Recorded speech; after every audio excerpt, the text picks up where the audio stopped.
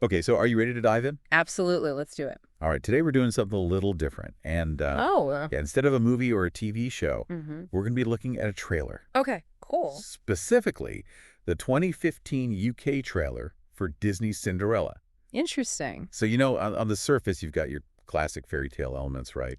Glass slippers, fairy godmothers, and all that. Right. But just from watching the trailer, I'm picking up on some pretty interesting themes here. Oh, yeah. Like what?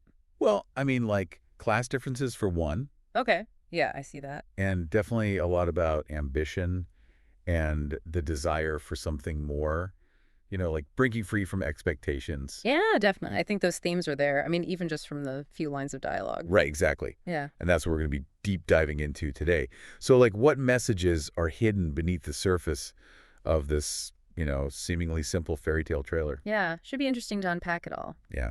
So, let's start with Cinderella herself, shall we? So- What struck me right away is that even though she's, stuck in this awful situation with her stepmother and stepsisters, Right. she doesn't seem completely defeated. Yeah, there's like a fire in her or something. Totally. Like there's this one line where she says, just because it's what's done doesn't mean it's what should be done.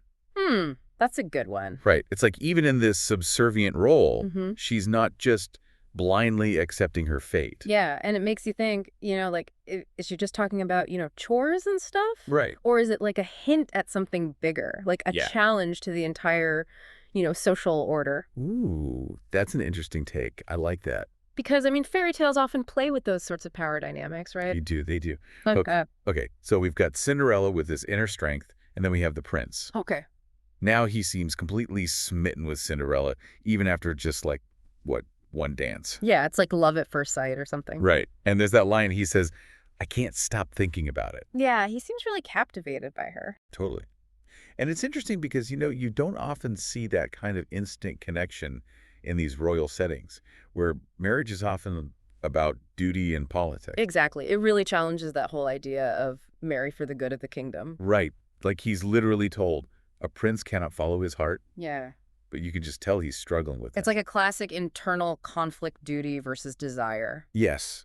And that makes me think, like, is the trailer asking us, is it even possible to be truly happy if you ignore what your heart wants? That's a good question. Right. Okay, now let's talk about the stepmother. Uh-oh. She is ambitious, let me tell you. Uh-huh. Yeah, she seems pretty determined. Determined is an understatement. Like she straight up says, no one in the kingdom will outshine my daughters. Wow. Yeah, that's intense. Right. I mean, it makes you wonder, like, how far is she willing to go to achieve her goals? For sure. And it raises questions about how we view female ambition, right? Totally. Like, Yeah. is it something to be celebrated or is it seen as a threat? Especially in a patriarchal society. Yeah. It's a complex issue, and I think the trailer definitely touches on that. Okay, so we've got Cinderella, the prince, and the stepmother, Yeah. all with their own motivations and desires. Yeah. But there's also this recurring theme of dreams throughout the trailer. Oh, yeah. How so? Well, there's the line, you're in a daze, and later on, well, then wake up. Oh, yeah. And there's that bit about dreaming, too, right? Exactly. So it makes me think, are they just talking about literal sleep here, or is it something more symbolic? Right. Because dreams can represent so many things. Totally. Like hope, escape, even delusion. Mm-hmm. In Cinderella's case, I wonder, are her dreams a source of strength? Or are they holding her back from taking action in the real world? That's a really interesting question. Yeah. I hadn't thought about it that way. It's like, is it enough to simply dream of a better life? Or do you have to, actually do something to make it happen? Yeah, that's a powerful idea. And then there's this whole element of mystery surrounding Cinderella. Oh, yeah. Like how she disappears from the ball. Exactly. Mm. And the prince is just obsessed with finding her. He says, someone like that doesn't just vanish, I have to see her again. He's totally smitten. Right. It's like she's cast a spell on him. And that sense of mystery, that unknown, it just pulls you in. Absolutely. It fuels curiosity, desire, and, in some cases, even obsession. Yes. And in a way, that mystery is what drives the entire story forward. Totally.